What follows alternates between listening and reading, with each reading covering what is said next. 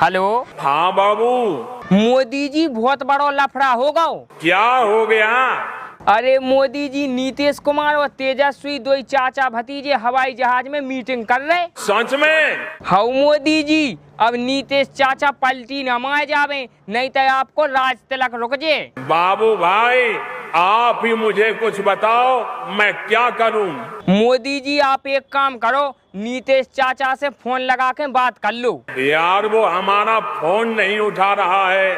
Phone नहीं उठा रहे तो फिर मोदी जी आप एक काम करो, झोला उठा के चल पड़ो, आपको राज तिलक मुश्किल है। अच्छा।